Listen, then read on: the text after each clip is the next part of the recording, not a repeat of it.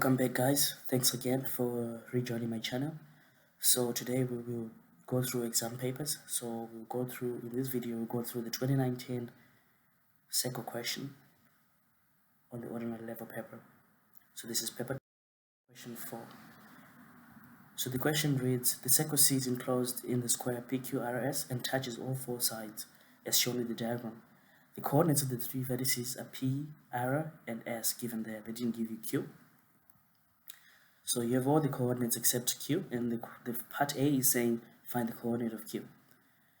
So the strategy that we would use to this question is noticing that the circle is inside a square.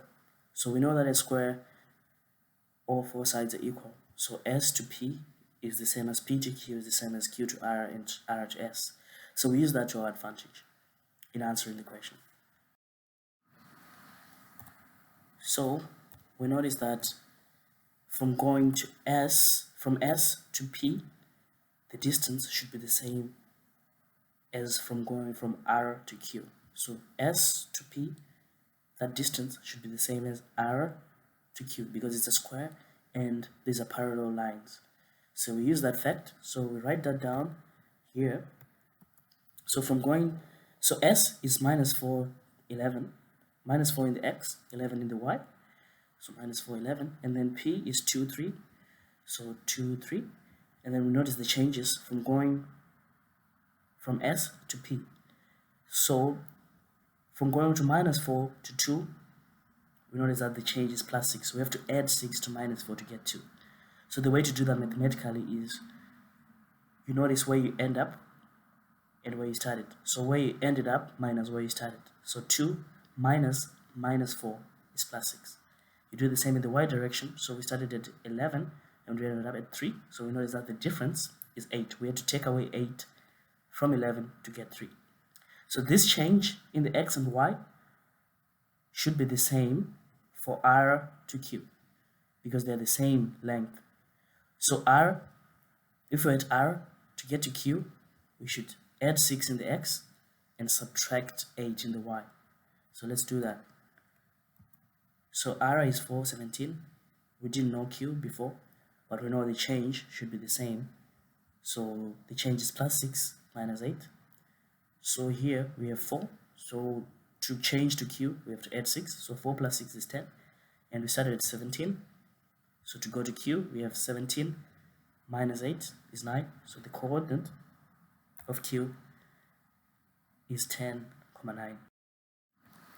So the next part of the question was saying, find the coordinate of the center of C.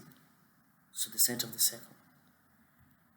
So we draw lines there and we notice that the center is there. So that's where the center is. We notice that if you have these lines here, the midpoint of that line, the middle of from going from R to P is the center. The same S to Q is the center. So we use this line, we use PQ because PR because they already gave us those points in the question. I mean, we found Q in the previous part, but imagine that we got it wrong and then we end up using it in this part. We'll get that part wrong too. So it is safe as an exam tip to always use, when you have two options, always use the option where it's already verified. So we use the points P and R because they already gave us those points. So we know that the midpoint from P to R is the center. So we use the formula here which you find in the log tables under coordinate geometry. So the formula, it gives you the coordinates, the X and the Y coordinates of the midpoint between 2 points. So 2 points, XY, Y1, X2, Y2. When you have those 2 points, you can sub in the values in the formula and get the coordinates of the midpoint, which is the center in our case. So we do that, we write P and R. So you have P and R there, and then you label them X1, Y1, and then X2, Y2. So this labeling is random. What that means is that we could have called this one X1, Y1, and this one X2, Y2. It doesn't matter. The formula still works. However, X1 and Y1 always go together, and X2 and Y2 goes together. So the subscripts, they go together. So when we do that, we just sub into the formula. So x1 is 2, x2 is 4, y1 is 3, and then y2 is 17. So just sub into the formula and then we get the coordinates. So this is the x coordinate, the y coordinate, 310. So we can see that the center is 310. So the next part of the question was saying find the length of the radius of C. So we are looking for the radius. So we have the center there, 310, as we found before, and we are looking for the radius. So the radius is the length from the center to one of the edges. So we could have picked that edge. That could also have worked. That edge could have worked, but then we would have to use the point Q here, which we may have gotten wrong. So we have two safe options. You can use this length or that length here to find R. So what we are doing here, we're trying to find the length between this point, which is in the middle of S and P, and the center. So you're trying to find the distance between this point. So this is the midpoint of S and P. So we can find the midpoint as we did before. Find the midpoint between S and P using the formula. Find that point, and then we use another formula to find the distance between that point and then the center, 310.